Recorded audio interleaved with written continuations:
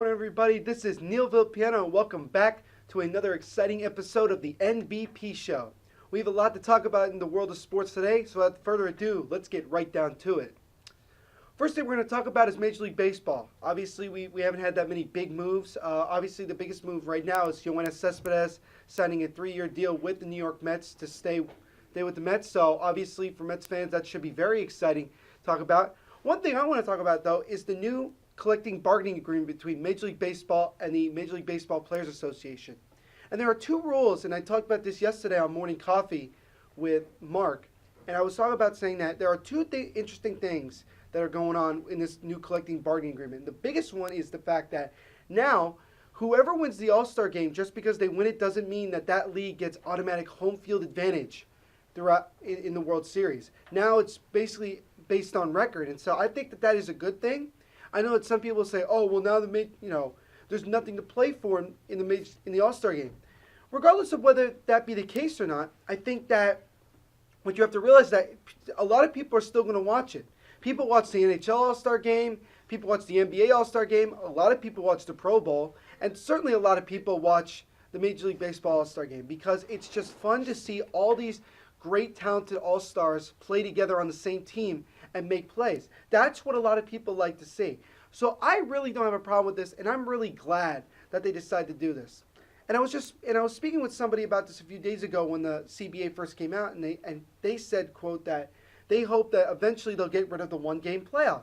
And I totally agree with that. I hope that it's someday they get rid of the one-game playoff because honestly, that just really is frustrating to me because you spend all that time, you play 162 games, you work your tail off to get to that point, you technically make the playoffs, but if you lose that one-game playoff, to me it's kind of like you never were in the playoffs in the first place. And I know people that are Pittsburgh Pirate fans that know exactly what I'm talking about. Several years in a row being in that one-game playoff, and 2 out of 3 times losing in the one-game playoff, and at home. All 3 times they were at home 3 years in a row. And so that to me is really frustrating. And I feel that it shouldn't be a one-game playoff. It should be a 5-game series, and continue it from there. I mean, there's 3 rounds with regards to the NBA before we even make it to the NBA Finals. Just like also in the Stanley Cup playoffs in the NHL. Major League Baseball needs to do it like that because then it would be a lot easier for teams and it's a lot more fair. I feel like it's not fair to have just a one-game playoff because if you lose it, it's like you're out. And that to me is ridiculous. Because what if 2 teams are tied for the wild card spot and then all of a sudden you have 3 different teams that are in that position to get the wild card spot. So then you have a one-game playoff and then you have another one-game playoff? To me, that's just absolutely ridiculous, in my opinion. I don't really like it at all. And I just hope that eventually they get rid of it. And the other rule that came up that I thought was interesting was the fact that no players coming into the major leagues are allowed to use smokeless tobacco. Any player that's already been in the major leagues can use it, but nobody who's coming in, as a rookie or anybody, can use it. And to me, I understand what they're trying to do. They're trying to do it to prevent health issues, but at the same time, how much are you going to be able to fake it or prevent people from using it? I feel that there's going to be a lot of players out there that are going to be using it anyway. How could you really focus and continue to pay attention to what exactly, which players are using and which are not? It's kind of hard to really figure out. I don't know exactly how they're going to monitor this. Maybe they'll have a security guard or something, or somebody at every single game that's making sure that the rookies at least are not using it, blah, blah, blah. But once you get on the field and once you get in the dugout, I don't really see how you could not prevent that. But there's probably a lot of players out there that don't even use it. And so to me, it's like, why in the world is that gonna prevent people from using it? And so I don't have like I said, I don't have a problem with this new CBA at all. I get it. And there's another CBA I want to talk about later on in the show that I think should be talked about. But I'm glad that they got a new CBA because I didn't want to see a player strike. And one thing I thought was interesting was the fact that Major League Baseball was saying any team that's not in negotiations and helping out with making the new CBA is banned from being in the winter meetings. Now, obviously, now they got a new CBA, so hopefully every team now will be in the winter meetings and everybody can move on. So we had a small bit of a crisis, but not too big. Everything got settled out, and thank goodness they were able to figure that one out.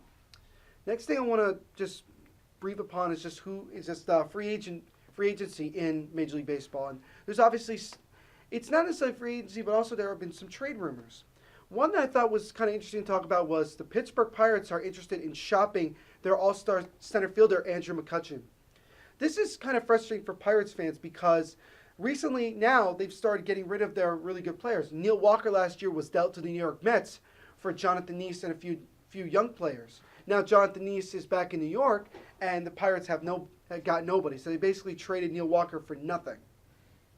And now they're looking to try. And then during the trade deadline, they shipped Mark Melancon to the Washington Nationals, and now they're looking to try to ship Andrew McCutchen. So I don't really know exactly where the Pirates are looking to go in this situation. I heard they're also thinking about getting rid of Jason Harrison, their second baseman, and also Garrett Cole, their ace starting pitcher. And to me, it's like, it's frustrating because it's almost seeming like this team is either trying to get rid of their best players in order to get draft picks and develop a team, or they're getting rid of them because of money issues. Now let's talk about Andrew McCutchen first. Like I said, all-star center fielder. He is a great player. He has made some phenomenal plays, and he's one of the biggest reasons that the Pirates were able to get back to form, which they were 20 years ago. Because before 2013, the Pirates had gone 20 years since making the playoffs, and finally they were able to get back. But like I said, the one-game playoff kind of has killed them in the last 2-3 years. But basically, like I said, going back to Andrew McCutchen, great center fielder. He's a very good leadoff man. He also can do pretty well if you bat him in the third or fourth holes, being a cleanup guy. He is a leader, and he really has developed into a very, very talented center fielder.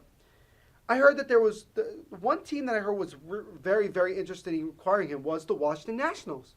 And I think that would help the Nationals a lot because you have Bryce Harper, who is obviously continuing to play very well, being one of the best players in baseball. Daniel Murphy, who in his first year with the Nationals hit 20-plus home runs, and obviously not to be skeptical thinking that he did steroids, but that's besides the point. And then also you have some good pitching. You have Steven Strasburg, you have Zimmerman, you have Max Scherzer, who just won the Cy Young. And then if you add Andrew McCutchen, you're continuing to build a very talented team. A team that has made the playoffs the last couple of years, and I think, in my opinion, should have beaten the Dodgers in that division series a couple months ago, but it didn't happen. But I think that the Nationals are on the right track of building a contender and building a team that maybe, just maybe, could get the Nationals finally in the World Series, something that the people of Montreal, when they were the Expos, hoped that they could do. And so what does this mean for the Pirates? Well, I'm hoping that the Pirates can find a way to acquire some young talent and develop a team. I would hate to see them just get rid of their players because of money and then just the whole team just drops. Now, in regards to Harrison and Garrett Cole, with regards to Garrett Cole, I heard that one of the teams that's interested is the New York Yankees. A lot of people say the Yankees still need an ace. I don't really think so. To me, the Yankees, I've said it before, for the Yankees, it's not pitching, it's their hitting.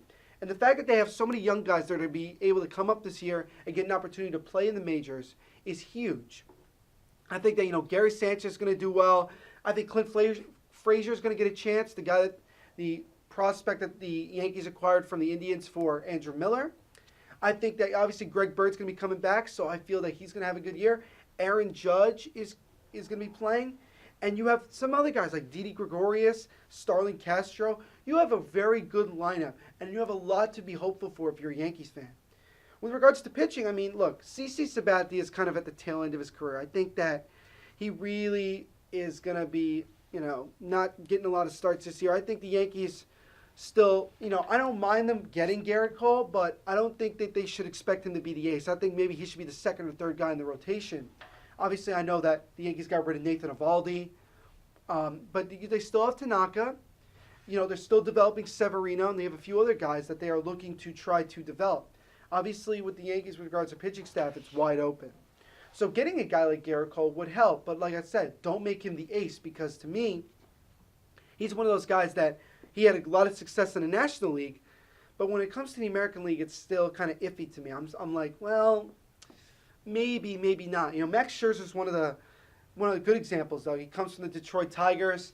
He pitched very well, goes to the Nationals, and he's pitched incredible. You know, obviously winning the Cy Young with the Nationals. So, and like I said, kudos to him. I said that I think last week. I said congrats to him. But, you know, basically you have to understand that. Look, this is just, there should be some really good moves. And there was another interesting move, by the way, that caught my attention. That was the Toronto Blue Jays are interested in not only trying to acquire Jay Bruce from the New York Mets, but also trying to acquire Dexter Fowler.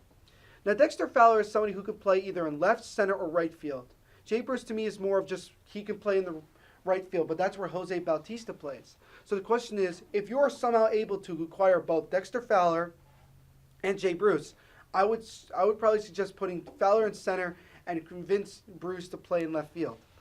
And I could see why the Blue Jays are trying to do this. They realize probably that they're not going to be able to sign Edwin Encarnacion this offseason. I think somebody's going to try to pick him up. But his asking price, though, is a lot. And I don't know if any team, even the Blue Jays, are willing to pay that price. If the Blue Jays are able to acquire either Jay Bruce or Dexter Fowler, or even both of them, to me, that you know, the Blue Jays will be like, well, we don't really need him because we'll still have Bautista, Donaldson, and Tulowitzki right there. You still have three tremendous hitters coming on the lineup. So basically, you have to understand that I think Edwin Encarnacion's asking price is way too much. Getting $50+ million. I mean, I don't really know a lot of teams that would want to, you know, give that price, because I know a lot of times where a player could come out and have a tremendous season, and to be honest, you know, for most of the time, he led the American League in home runs and RBIs. But at the same time, this is one of those cases where he might go to a new team and continue to, and then all of a sudden struggle. I've seen it before.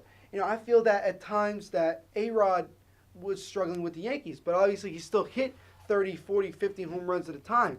But when he was with Texas and especially when he was with Seattle, he played very, very well.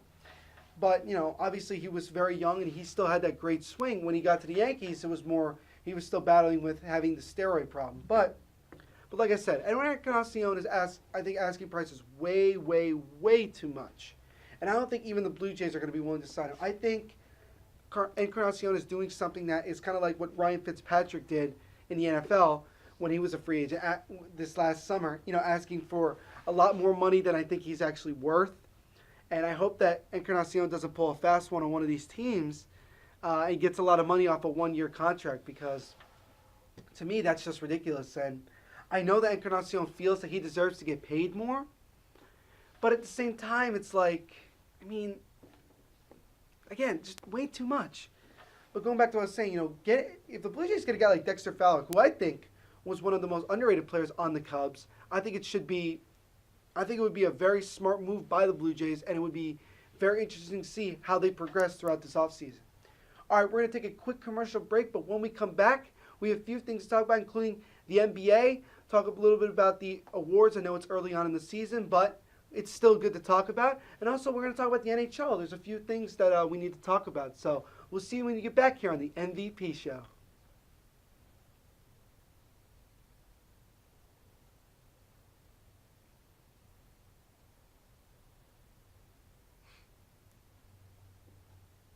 The sub some sizzle.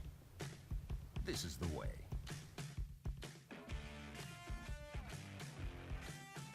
The way it's always been. The way it always should be. The way it always will be. Because that's just the way it's supposed to be. Jersey Mike's. Be a sub above. My dream job is to run and manage my own spa one day. To be the general manager for the Jumeirah Hotel in Abu Dhabi, Dubai. I feel that Mercier's has prepared me very well for my future in the hospitality industry. The kitchen is incredible. You are planning the meal, doing all the costing and the recipes. You're in charge of everything going on in the kitchen. They really do get you prepared, and they want to make sure that you have a job after college. When it comes to injuries, they're not all created equal. that's why at Performance Spine and Sports Medicine, Our team of doctors will coordinate and customize your care to provide the best treatment options using the area's most advanced medical technology, all with one goal in mind. to get you back in the game, We call life pain-free, drug-free. surgery-free. That's what we do here at Performance Spine and Sports Medicine. Get better faster. Stay better longer. Saving your business money is as easy as 1, 2, 3. Tanker Consulting Services, a payment solutions expert, will show you how with a free, detailed, written analysis illustrating your cost savings. We usually uncover savings between 10 and 25%, and sometimes more. We can help your business succeed by providing reliable and secure merchant payment solutions such as merchant services programs, point-of-sale systems, and ATM machines. TCS, one of the leaders in regional credit card processing consulting, offers electronic payments to merchants locally and nationwide through our preferred vendor programs. We work to keep business costs down with a comprehensive suite of quality products, services, and customized credit card processing programs exclusively tailored for your company. TCS is convenient, reliable, and innovative, with customer service available 24/7, 365 days a year. Our in-depth industry knowledge, partnership strategy, and innovative processing solutions allow for a specialized approach to providing merchant bank processing with 100% full fee disclosure. TCS is one-stop shopping for all your merchant services solutions. Our clients save money 100% of the time. Trust Tanker Consulting Services, the knowledgeable, professional, and friendly provider of secure payment services. We set the standard by which others are measured. Call now for a free written analysis. 609-922-0201. Today's show has been sponsored by More Than Gifts. Come see our new location in Marlton, New Jersey. Not just gifts, but more.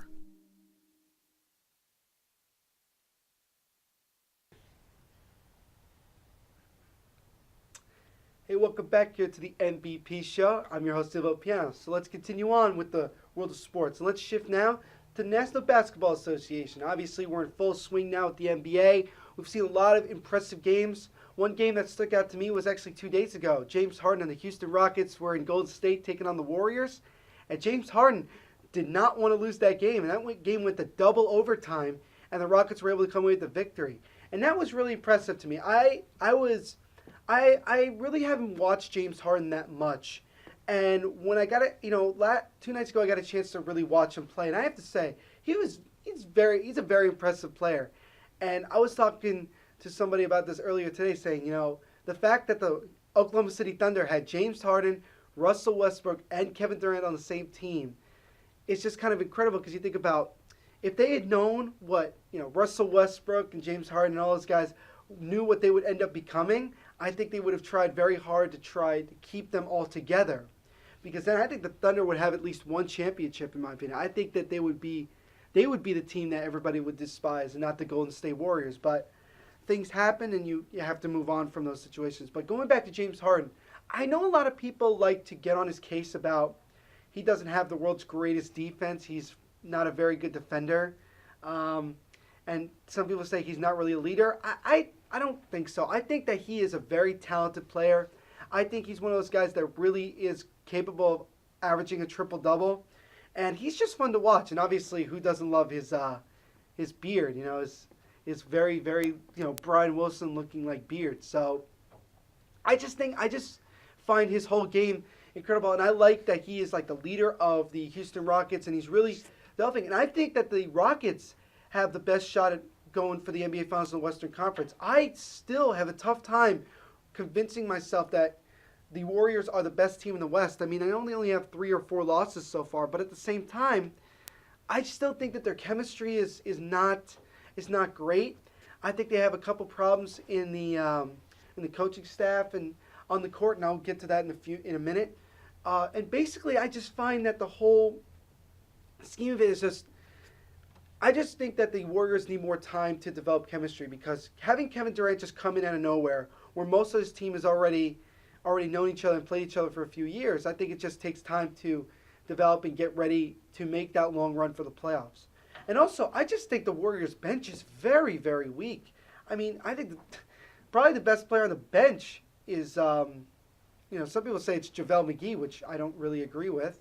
I find that very strange that somebody said that JaVale McGee is the best bench player on the Golden State Warriors. I mean, he's obviously the best Shaq and the Fool player I've ever seen, but I don't consider him one of the better bench players, especially for the Warriors. I think Sean Livingston is still the best bench player for the Warriors, but that's just my opinion. But going back to James Harden, I just think that he's done a great job in his couple of years in Houston. Obviously, people were wondering how this team would perform without Dwight Howard. I still think that they've played very well, and like I said, I think they have a really good chance of battling the Warriors and the Thunder and all those teams and competing for a chance to play in the NBA Finals. So my money's on Houston, to be honest with you guys so far. But, my mind could change in the next couple months, but we'll have to wait and see. Next thing I want to talk about is you got to understand that Russell Westbrook is playing out of his mind, constantly getting triple-doubles in every single game and leading his team to all these big victories. I think that the next time he plays the Golden State Warriors, I think it should be a fun game. I think that Russell Westbrook wants to beat Kevin Durant so bad, and I think if people said to him, would you rather beat him in the playoffs and lose every game in the regular season, I think he would probably take that, because beating Kevin Durant and the Golden State Warriors in the playoffs, I think would Russell Westbrook be one of the best things he's ever done in his career. I think it would be one of the happiest moments for him in his career, because knowing that everybody's calling him a traitor, and he kind of was a traitor to his best friend on the team, it's just, that there's some motivation there, whether Russell Westbrook likes to talk about it or not. And I'm sure he doesn't like to talk about it very much, and he kind of keeps it to himself. I remember that one comment he made after the Thunder lost to the Warriors in the first time they played, and he said that they were doing a lot of trash talking, and Russell Westbrook kind of shrugged his shoulders and said, I don't know.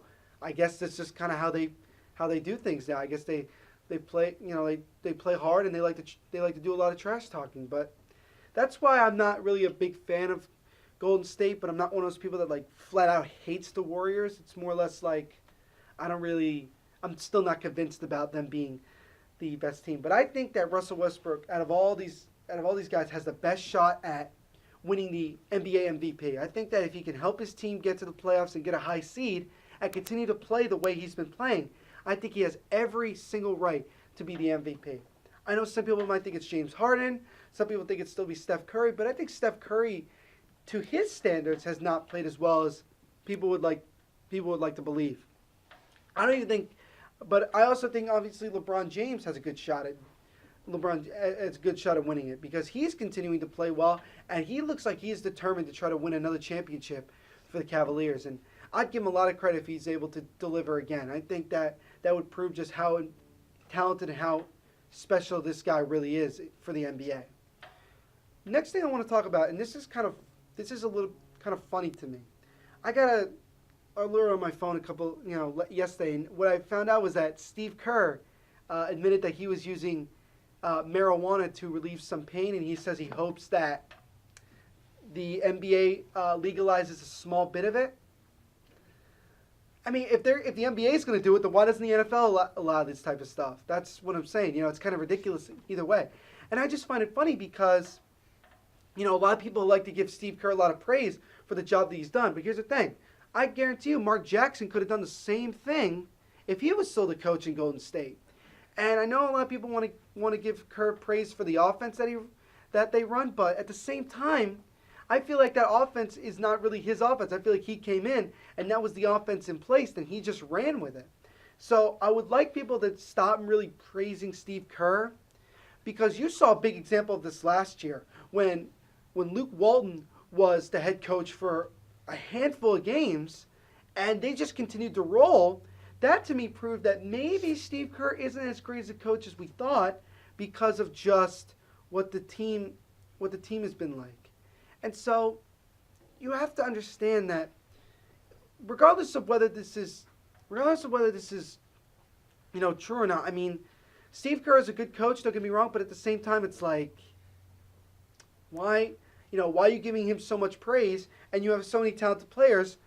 Steph Curry, Klay Thompson, Draymond Green, Kevin Durant, Sean Livingston, you have all those really good players, and at the same time, you're praising just the coach. Why can't you give the players any credit for the way they've been playing? But, it just happens. But my biggest problem on the Warriors, I have two really big problems with the Warriors, and that is with the praising of Steve Kerr, like I just talked about, and Draymond Green.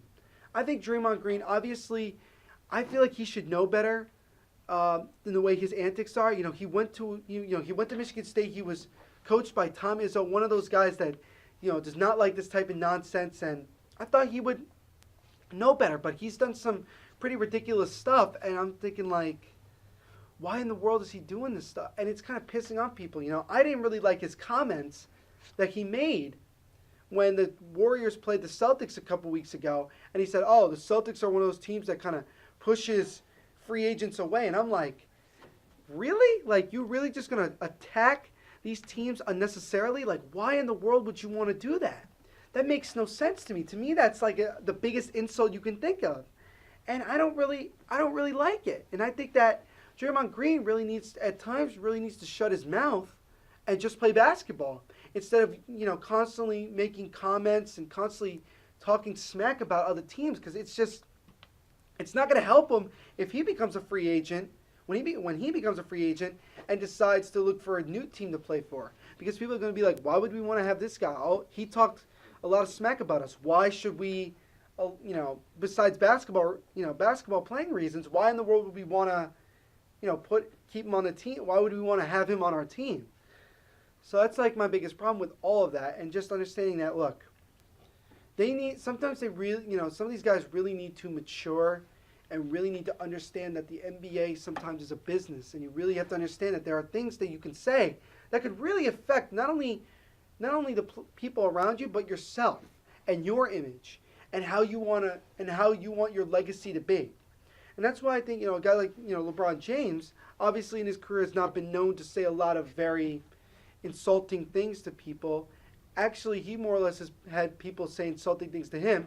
Example is Phil Jackson a couple weeks ago, as we talked about. But, you know, all in all, like I said, they just have to mature, and this is just a thing that Draymond Green has to do. He has to learn to mature more as a basketball player and as a person, because he just really is hurting himself with all the off-the-court stuff he's been doing.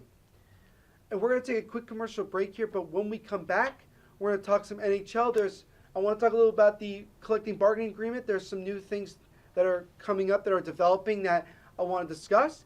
And then we'll finish off with my weekly, and this is a very special college football previews. It's championship week, ladies and gentlemen. Conference championship games are underway. They're going to be, a lot of them are today, so it should be fun. So we'll see when we get back here on the MVP Show.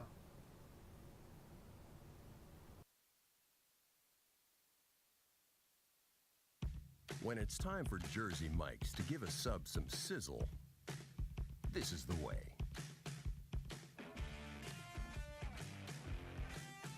The way it's always been.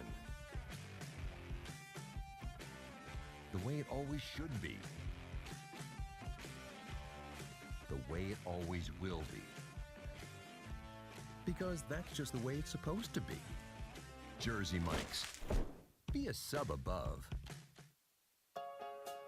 My dream job is to run and manage my own spa one day. To be the general manager for the Jumeirah Hotel in Abu Dhabi, Dubai. I feel that Mercier's has prepared me very well for my future in the hospitality industry. The kitchen is incredible. You are planning the meal, doing all the costing and the recipes. You're in charge of everything going on in the kitchen. They really do get you prepared, and they want to make sure that you have a job after college. When it comes to injuries, They're not all created equal. that's why at Performance Spine and Sports Medicine, Our team of doctors will coordinate and customize your care, to provide the best treatment options using the area's most advanced medical technology, all with one goal in mind. to get you back in the game, We call life pain-free, drug-free. surgery-free. That's what we do here at Performance Spine and Sports Medicine. Get better faster. Stay better longer. Saving your business money is as easy as 1, 2, 3. Tanker Consulting Services, a payment solutions expert, will show you how with a free, detailed, written analysis illustrating your cost savings. We usually uncover savings between 10 and 25%, and sometimes more. We can help your business succeed by providing reliable and secure merchant payment solutions such as merchant services programs, point-of-sale systems, and ATM machines. TCS, one of the leaders in regional credit card processing consulting, offers electronic payments to merchants locally and nationwide through our preferred vendor programs. We work to keep business costs down with a comprehensive suite of quality products, services, and customized credit card processing programs exclusively tailored for your company. TCS is convenient, reliable, and innovative, with customer service available 24/7, 365 days a year. Our in-depth industry knowledge, partnership strategy, and innovative processing solutions allow for a specialized approach to providing merchant bank processing with 100% full fee disclosure. TCS is one-stop shopping for all your merchant services solutions. Our clients save money 100% of the time. Trust Tanker Consulting Services, the knowledgeable, professional, and friendly provider of secure payment services. We set the standard by which others are measured. Call now for a free written analysis. 609-922-0201. Today's show has been sponsored by More Than Gifts. Come see our new location in Marlton, New Jersey. Not just gifts, but more.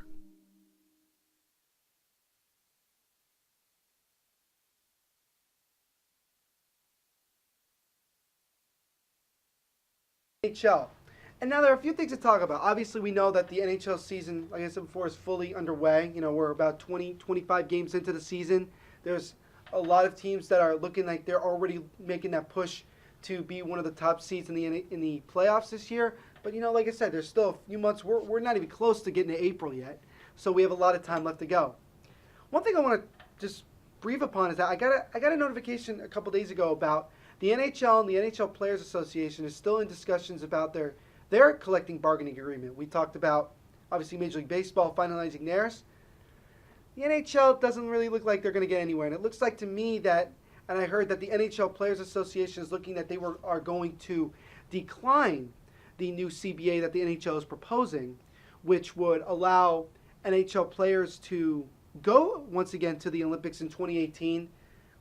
But the NHL Players Association doesn't look like they want to agree to that. I think that they are looking for more support for their players. I think that they want to have more players get represented, and I think the NHL does not want that. And that, to me, is the biggest problem. And I think that I'm obviously, in one way, I am a fan of NHL players going to the Olympics, and at the same time, I'm not. Because you go back to the last Olympics, 2014, John Tavares of the New York Islanders got hurt in one of the games and missed the rest of the season. Now, before the NHL season took a pause, the Islanders were in the playoffs. Even though they made the playoffs anyway without John Tavares, they still struggled, and they could have been a lot better. And that kind of frustrated people. And that has happened a few times in the NHL where players have gotten hurt in the Olympics and couldn't continue in the NHL. And that hurts the NHL teams. And the biggest thing for the NHL that they don't like is obviously, you know, the two weeks. And that's understandable. 2 weeks is, you know, of stoppage of not working, of not having NHL hockey. And obviously the NHL wants to protect its players. They always hope that when the NHL season has to stop the Olympics, that they hope that that their players do not get hurt and that they continue to keep going. And, you know, look, I'm all for either side. I'm all for let's continue to let the players go to the Olympics, or let's not. I think it would be interesting to see what we would get at the Olympics if there were non-NHL players there. But the thing you have to remember is that there are still players who can go to their own countries from the NHL, get that, even if there was a threat of like, oh, you're not allowed to come back to the NHL, if they would rather just play for their country and not play for that much money and just everything like that, that's understandable. And I get that all these players in the NHL want to play for their country, and that's perfectly understandable to me. If I was in the NHL and got an opportunity to play for the U.S., I would totally go for it because it's not every day you get a chance to represent the entire country in a sport. So I don't know where the collective bargaining agreement is going to go. My best guess is probably they're going to find some sort of loophole. They're going to find some sort of agreement at some point, maybe not now, maybe not this season, maybe not next season, but maybe at some point before the Olympics, because the closer we get to the Olympics, the more we're going to be worrying about, is this going to happen? Is it not? So we'll have to wait and see. Now let's talk about a few teams. Let's talk about a little bit of the NHL because I want to discuss a little bit more before I go into my college football previews. And one thing I want to talk about is just so you look at, there are some outdoor games that are going to be happening this year. Obviously, every year you have the Winter Classic games and a Stadium Series. But there's one thing that I just really would hope, and I would love to see more games outdoors. I know that is a big thing to do. It costs a lot of money. It's hard to find places to play. But at the same time, there are still some venues that have never been used, and I think that they should do that. And also, I would love to see, if this is possible, to try to get at least every single team in the NHL to try to get a outdoor game. But I perfectly understand the fact that it costs a lot of money and the scheduling and all that stuff. There's a lot of things that go into these outdoor games. So basically I understand where they're coming from. But that's just my opinion, and I just wanted to say that I think that's what I really enjoy about the Winter Classic and these Stadium Series is just the jerseys. I just saw the Toronto Maple Leafs one a couple days ago. I thought it was great. The Red Wings one was pretty cool. I like the name of that game, by the way, the Centennial Series that's going to be played in Toronto. I think that should be really fun. I think that obviously it was really cool when they had the Red Wings and the Maple Leafs a couple years ago play in the outdoor game at the Big House in Ann Arbor, Michigan with 100,000 people there. I think that was very, very cool. Excuse me. And I think it's going to be even cool to have an outdoor game in the biggest hockey market in North America, in Toronto, and I think that's going to be really, really interesting to watch. And one thing I just want to discuss, and this is something that I found very interesting, is the fact that the NHL just released a couple days ago its new rules for the voting for NHL All-Star Weekend. So they're kind of doing it like they did last year, where you're voting, the most voted players get to be the captains of their respective divisions, because they're doing it by divisions, which I think is pretty cool in my opinion. But they're also doing stuff like, they're not allowing players, and a lot of people like to call this the John Scott rule. I mean, I don't really know exactly why they're going to constantly ride on this guy, but I think it's okay to make this rule because obviously there was a lot of confusion last year with the All-Star Game and John Scott and everything like that, and I give the NHL a ton of credit for making this what I think is at times a very hard decision to make these type of moves and to make this fun. But I still think it's fun that these leagues like the NHL allow their fans to make the voting, and I think that's a great job by them, and I give them a lot of credit for that. And the last thing I want to discuss is just the fact that I think that, and this is going to sound kind of weird, but in my opinion, I feel like the shootout to me is kind of a overrated thing. I don't really like it. I really am happy that they now have 3-on-3 overtimes, and you're seeing a lot more games ending in overtime. But there's still games that have gone to shootout, and I would love it if they could just get rid of it and just play a full overtime and just keep playing it like they do in the regular season. I mean, not in the regular season, the postseason, where like the first team that scores, no matter how many overtimes you want to play, wins the game. So that to me is what I feel would be the best thing. But, things happen, and there's a lot of logistics that go on and a lot of things that are involved that make these moves. So, that's just my opinion, but we'll have to wait and see. All right, we're going to take one more commercial break, but when we come back, it is time for my weekly college football previews. It's conference championship week, so it should be a lot of fun. So I hope you stick around. We'll see you when you get back here on the NVP Show.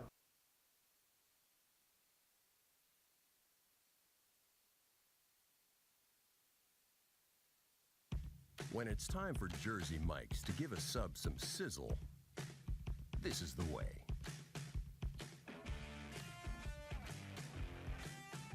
The way it's always been. The way it always should be. The way it always will be. Because that's just the way it's supposed to be. Jersey Mike's. Be a sub above. My dream job is to run and manage my own spa one day. To be the general manager for the Jumeirah Hotel in Abu Dhabi, Dubai. I feel that Mercier's has prepared me very well for my future in the hospitality industry. The kitchen is incredible. You are planning the meal, doing all the costing and the recipes. You're in charge of everything going on in the kitchen. They really do get you prepared, and they want to make sure that you have a job after college. When it comes to injuries, They're not all created equal. That's why at Performance Spine and Sports Medicine, our team of doctors will coordinate and customize your care to provide the best treatment options using the area's most advanced medical technology, all with one goal in mind.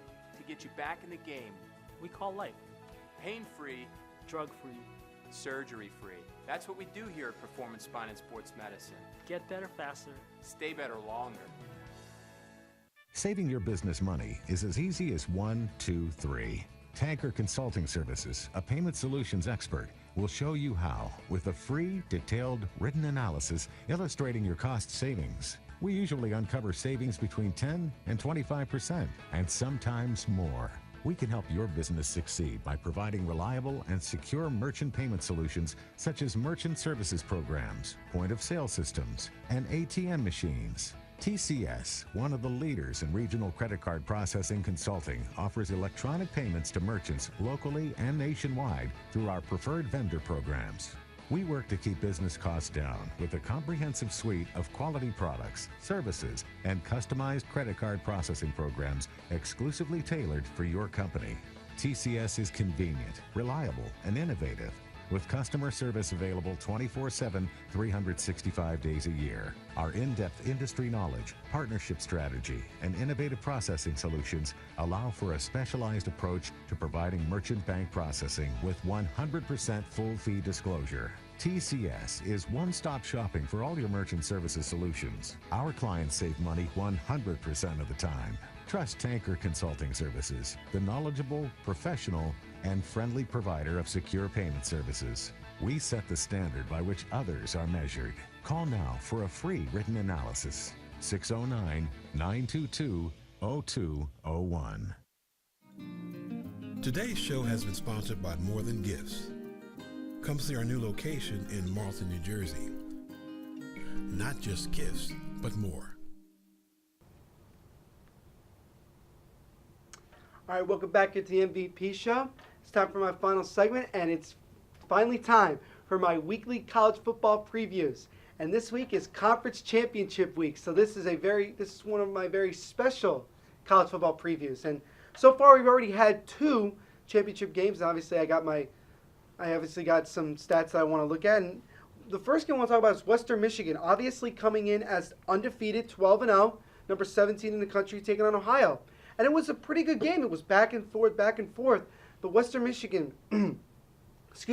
was finally able to come away with a victory, and they won 29-23, and were able to finish the season as the Mid-Atlantic Conference champions, and also at 13-0. To me, with regards to this, I feel like Western Michigan should get a little bit more credit for the fact they went undefeated. I know that they really haven't played anybody, and I know that they've kind of blown out a lot of their teams, but at the same time, you got to kind of give them their due. They did go undefeated, and that's something that's very hard to do in any sport.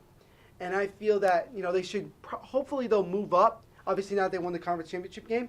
And I think they have a shot to get a bid for one of the New Year's Six games. But, things happen, the way that the College Football Playoff Committee does things, but we'll have to wait and see. But all in all, it was a very, very entertaining game, and I really, really enjoyed watching it. The other game was a little bit more of a one-sided affair, and that was number 4 Washington taking on number 8 Colorado in the Pac-12 championship game at Levi's Stadium. It was good in the first half. It was 14-7 Washington, and then the Huskies just blew it open in the second half. And Jake Browning, there was one play, if you watched it, Jake Browning was about to get sacked. He pretty much threw the ball up in the air, looked like he was just trying to throw it away. But his receiver made a one-handed catch out of nowhere, and he leaped up in the air, caught it, and then ran it in for a touchdown. And I saw Jake Browning shaking his head the whole time like, that should have just been thrown away. That should not even have been caught, because that could have easily been intercepted and returned for a touchdown, and that might have changed the entire momentum of the game. But still, Washington did its part.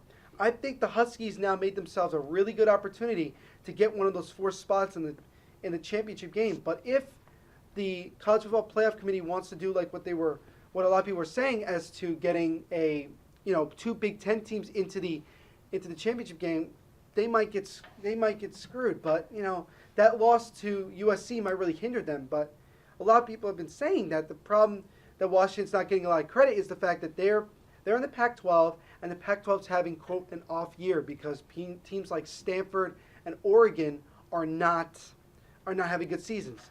Stanford still is in the top 25 and is going to play in a bowl game this year. So it's not like they really had a bad season. They had a couple bad losses. With Oregon, I can understand a little bit more. Obviously, they fired their head coach, Mark Helfrich, and now they're looking to get a predecessor. And I heard also, by the way, that former Rutgers head coach Greg Schiano is one of the top candidates for the job, and that should be interesting to see. But like I said, you got to give Washington its credit, just like Western Michigan. You got to give it its due. Even if you don't put them in the Final Four, you have to put. You're probably going to end up putting them then in the Rose Bowl, because obviously this year that's not one of the play-in games.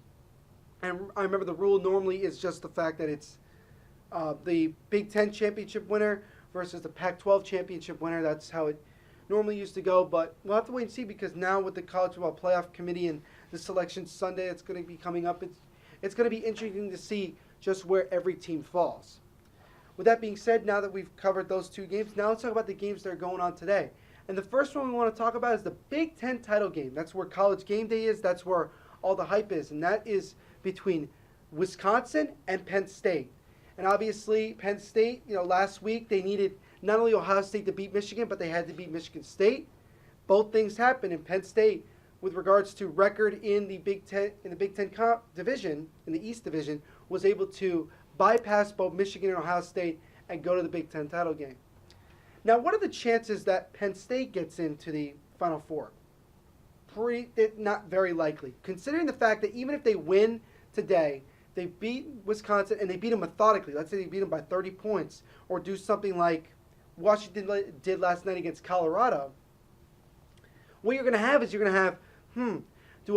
with regards to the Big Ten, do I want to put Ohio State in, who has one loss, or do I want to put Penn State in? And the reason that I would put Penn State in is because they have two more factors compared to the other two that Ohio State has.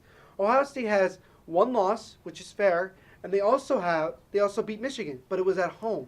It wasn't like they beat them at the big house like they did last year, and they beat them methodically. At Penn State, they have a little bit bigger of a resume, I think, in my opinion. If they win the Big Ten title game, they will not only have won the Big Ten East Division, but they will win the whole Big Ten. And even though they have two losses, they got blown out by Michigan.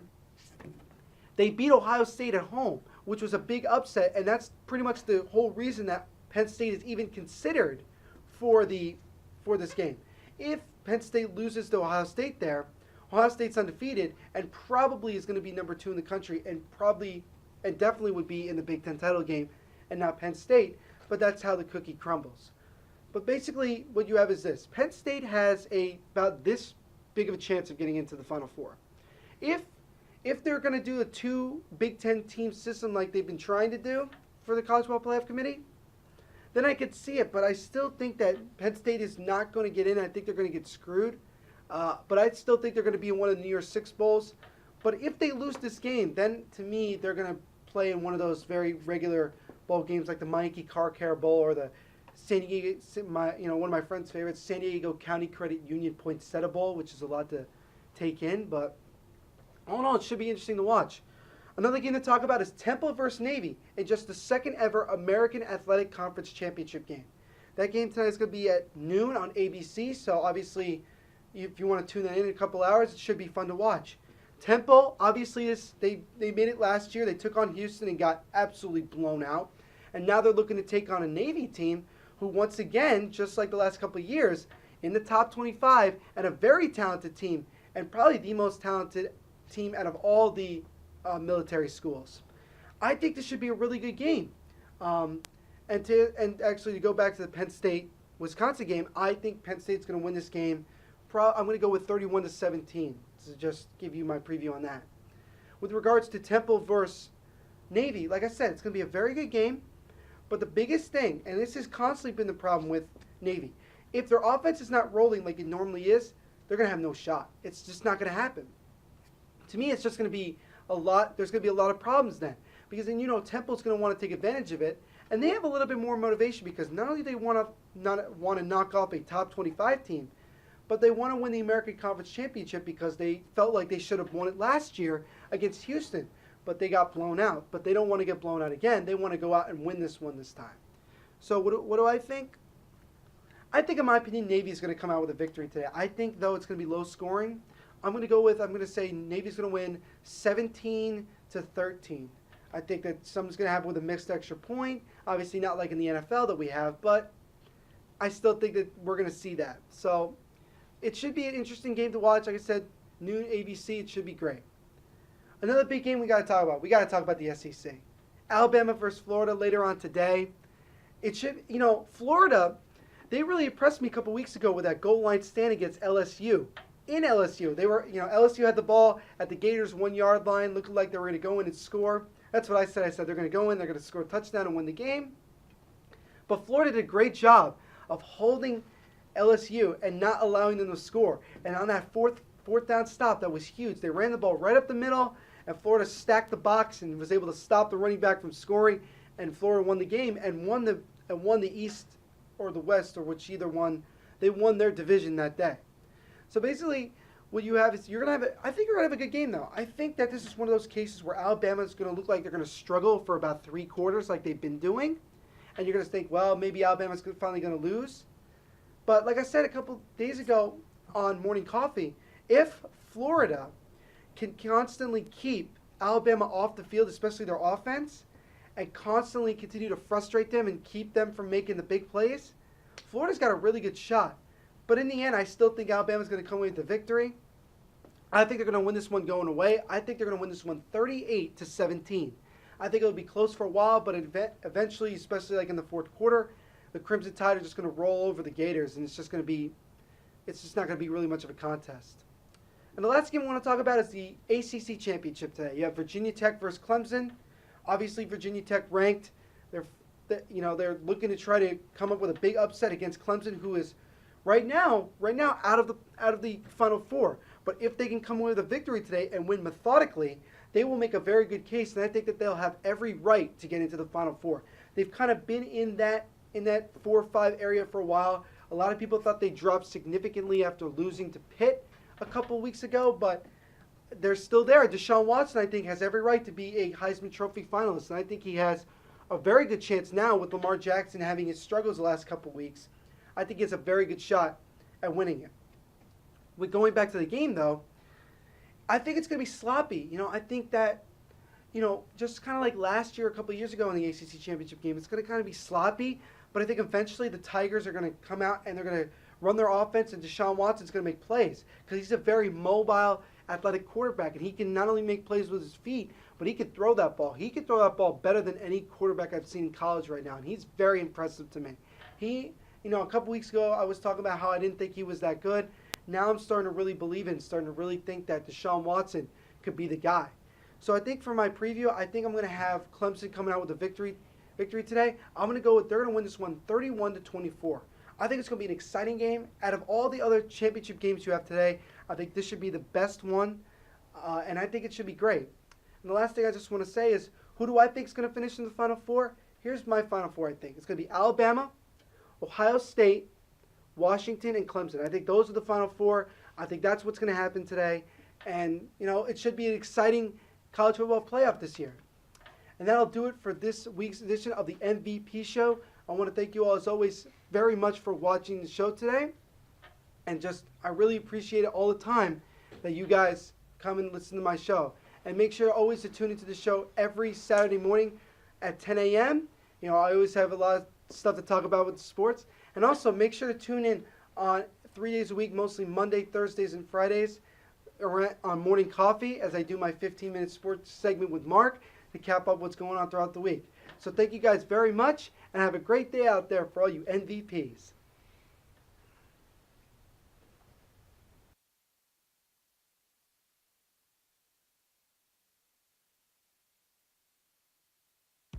When it's time for Jersey Mike's to give a sub some sizzle, this is the way.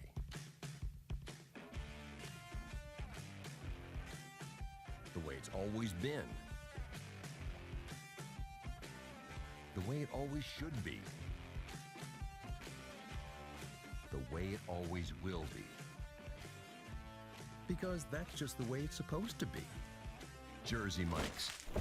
Be a sub above. My dream job is to run and manage my own spa one day. To be the general manager for the Jumeirah Hotel in Abu Dhabi, Dubai. I feel that Merciers has prepared me very well for my future in the hospitality industry. The kitchen is incredible. You are planning the meal, doing all the costing and the recipes. You're in charge of everything going on in the kitchen. They really do get you prepared, and they want to make sure that you have a job after college.